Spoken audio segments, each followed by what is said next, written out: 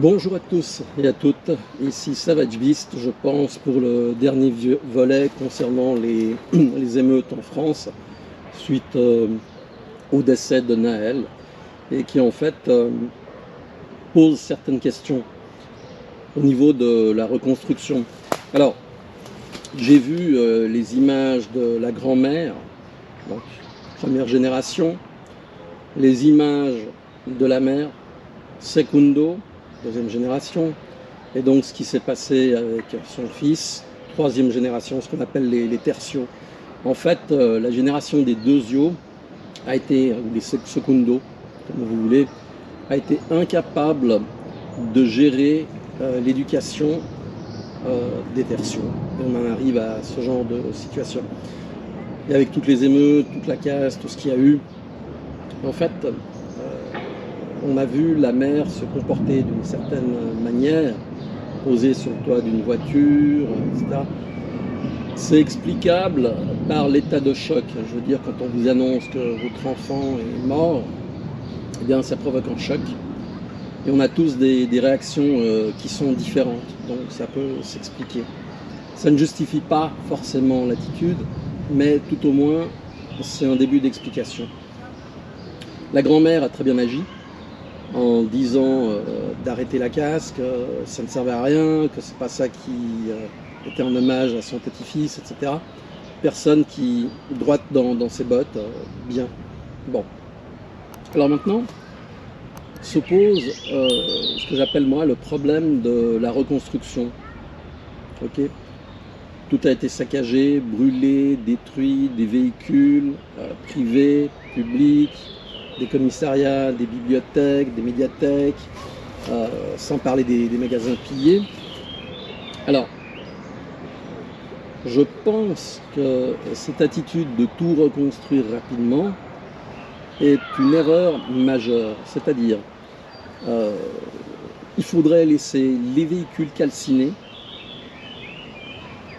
les trams détruits, tout ça, il faudrait le laisser dans la rue, ne pas reconstruire tout ce qui a été cassé, pour que les gens des quartiers se rendent compte de ce qu'ont fait leurs enfants, tout au moins une partie d'entre eux, et qui prennent les mesures radicales. C'est-à-dire que si le gars n'a pas de voiture, qui ne peut pas prendre le tram, qui doit aller à pied, bah, la colère, elle va monter. Et la colère, elle va se retourner contre ceux qui ont provoqué ça. Et il y aura peut-être une prise de conscience et un recadrage qui sera fait par les parents. C'est une technique de type électrochoc, mais je crois que ça donnerait des résultats. Donc reconstruire les commissariats, les mairies, etc. Oui, mais tout le reste, non, c'est fini. Vous l'aviez à disposition, vous pouviez en profiter, vous l'avez détruit. Vous l'avez détruit, ben on ne va pas reconstruire. C'est fini. On ne va plus investir d'argent là-dedans.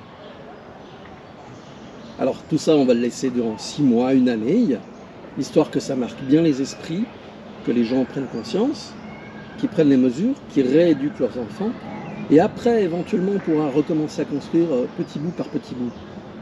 Alors, au niveau de l'enquête de police, il y a des progrès qui ont été faits, certains éléments sont sortis, et on a eu droit à de la publicité concernant 2 cagnottes, une pour la famille de Naël, et une pour la famille du policier.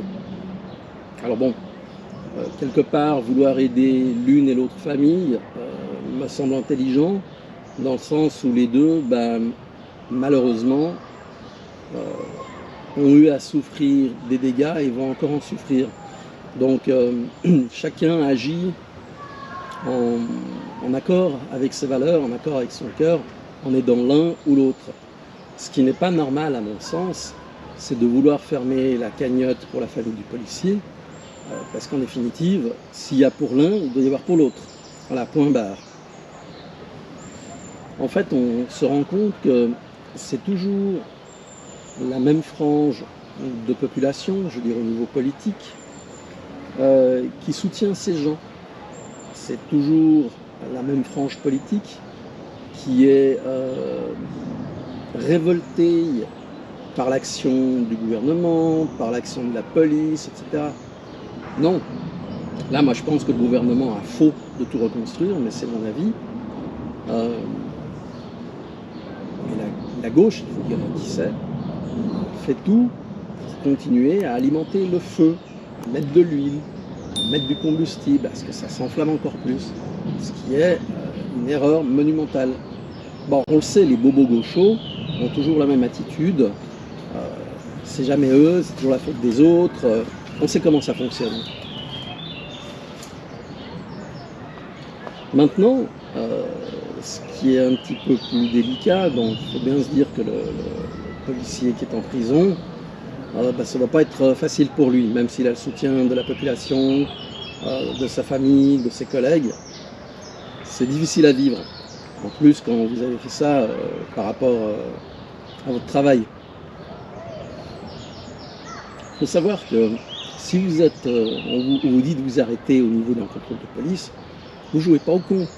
Vous vous arrêtez, c'est très simple, vous baissez la vitre, vous arrêtez la voiture, vous prenez les clés, vous les posez sur le tableau de bord, vous gardez les mains sur le volant, la ceinture, le policier voit que vous êtes tranquille.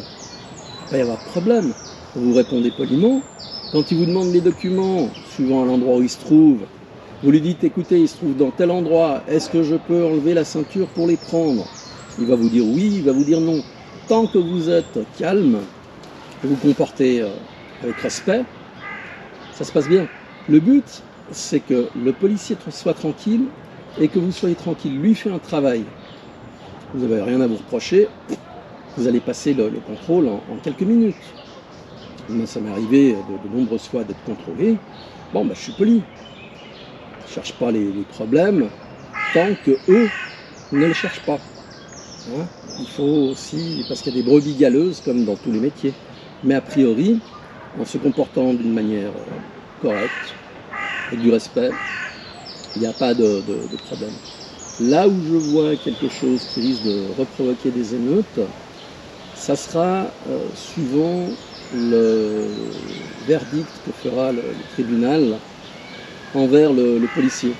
Alors, si c'est un tribunal politique, tribunal staliniste, dira-t-on, le policier va se faire défoncer.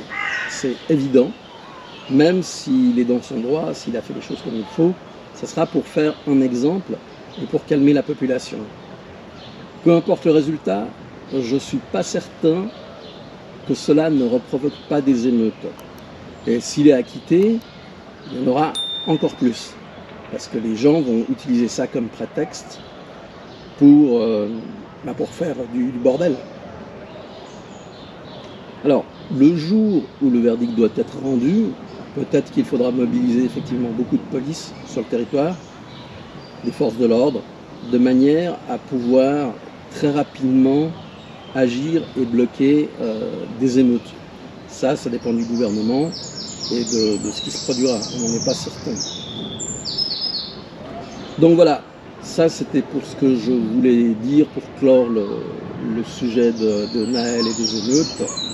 Et puis, comme je vous l'ai dit, soyez prêts face à l'imprévu et n'oubliez pas, prenez soin de vous et des vôtres. À très bientôt. Ciao.